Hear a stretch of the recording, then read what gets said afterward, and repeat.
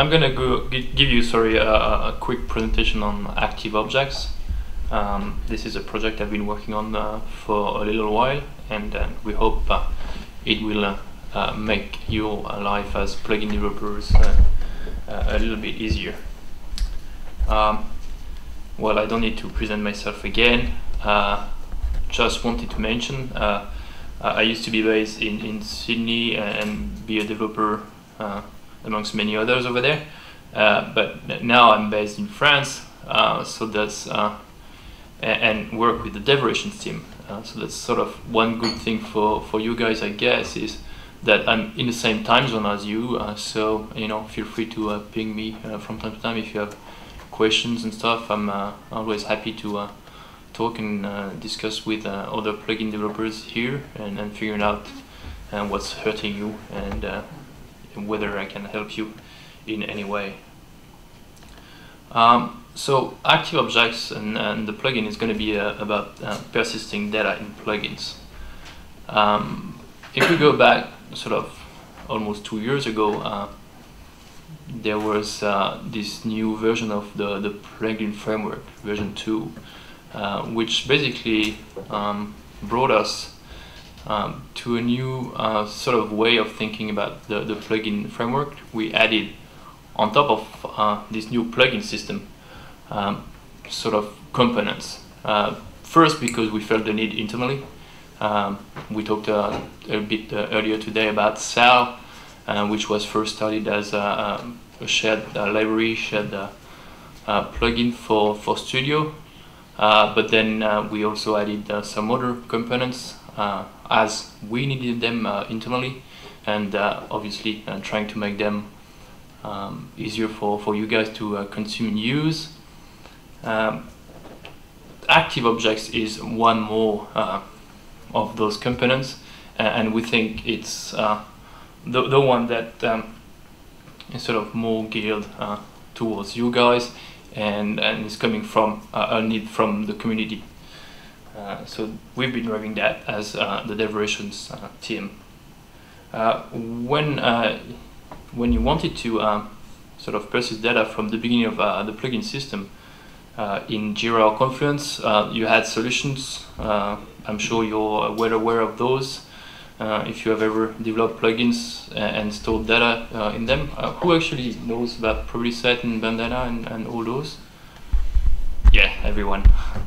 So, I'm sure you're well aware about the shortcomings of things like Probability Set, where you have to serialize your data yourself if you have a tiny bit of a complex object tree, and maintaining data object models in those sort of technologies, if we can say.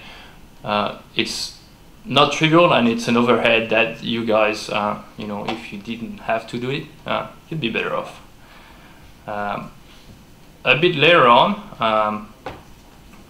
with SAL, there's one tiny improvement on that, is that at least one of the services was common to all the products. So it's a common API that you can use either in Jira, in Confluence, and if you've done a little bit of plugin development here and there in different Atlassian products, at least you get a bit of consistency. But as its name actually says it's called Plugin Settings, or Plugin Settings Factory is the name of the service that you can access. It's geared toward more plugin settings than actually storing data. You can store key value pairs in there, have a bit of information, but from there to store big object models and data model, it's a bit of a stretch. And that's why on the forums, where I try to spend a bit of time when I can in between things, we see a lot of those type of questions. How can I add a table to my Confluence or Jira database? Can I use Offbees or Hibernate, depending on which product, to actually access those tables? What do I need to change? Can I do that from a plugin? And our answer so far has pretty much been Well, you can, because you have the source, you know, and you can still change the product and you know, do whatever you want. So there are to some extent you can, but we prefer if you don't. And there are many reasons for that. One is, most of the time it requires you to change the source of the product, and it's probably not good for your customers. It's probably not, and it also means that if you're changing the source of the product, well then we're not going to be able to support you anymore, as this is a clause of, you know, we can support just so much. There's also other reasons. If you add a table to the database without going through sort of the right APIs and tools and in the products, then there's a chance that what you added to the database won't take part in the backup restore process of the product. There's a chance that you know, your data might get corrupted because you don't have the correct relationship with other tables or things like that. There's plenty of things to consider, and it's a tricky thing to do. And next time there's a version, that will probably break as well.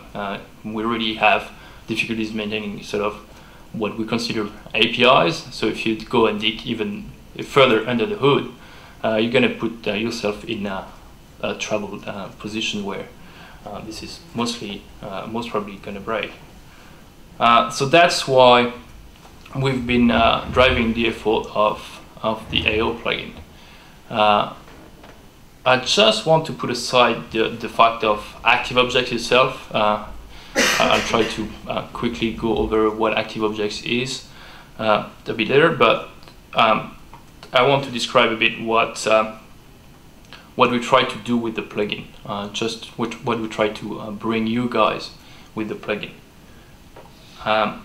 First, we try to give you a piece of the database. That means that as a plugin developer, by just adding a plugin module type basically in your plugin, you can and you will create your own sort of database for your plugin.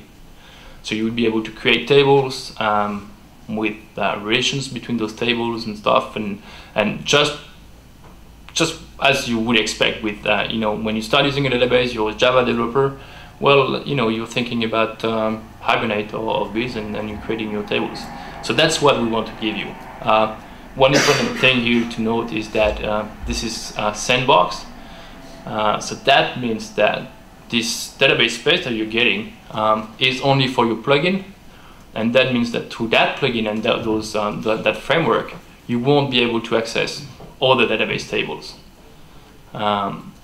So it's in order to first, you know, to make sure that the data doesn't get corrupted under your feed, and that you don't corrupt others' data as well in the meantime.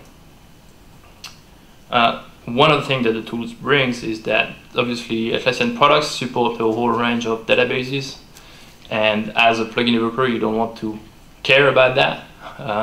What you want is to develop your code, Java, that's the main language you use for plugin development nowadays, and don't have to worry about database.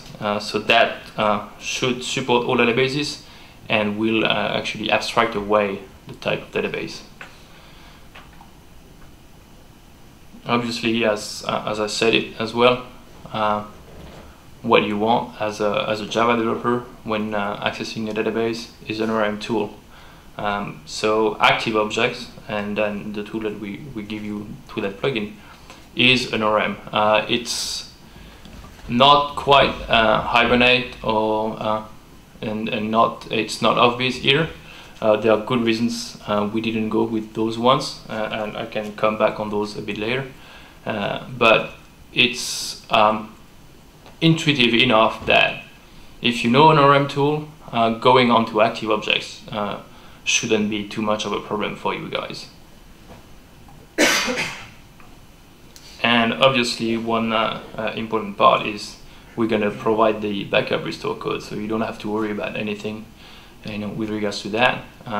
As long as you use the plugin as it should, then the products and the integration effort we're going to put into the products will make so that they will, as part of their backup all your plugin data, and it will be restored on the subsequent restores, obviously. One important thing is that database and upgrades and schemas are not something that are quite easy to actually manage and deal with. So we have and we had a look at how we can make that easier for you.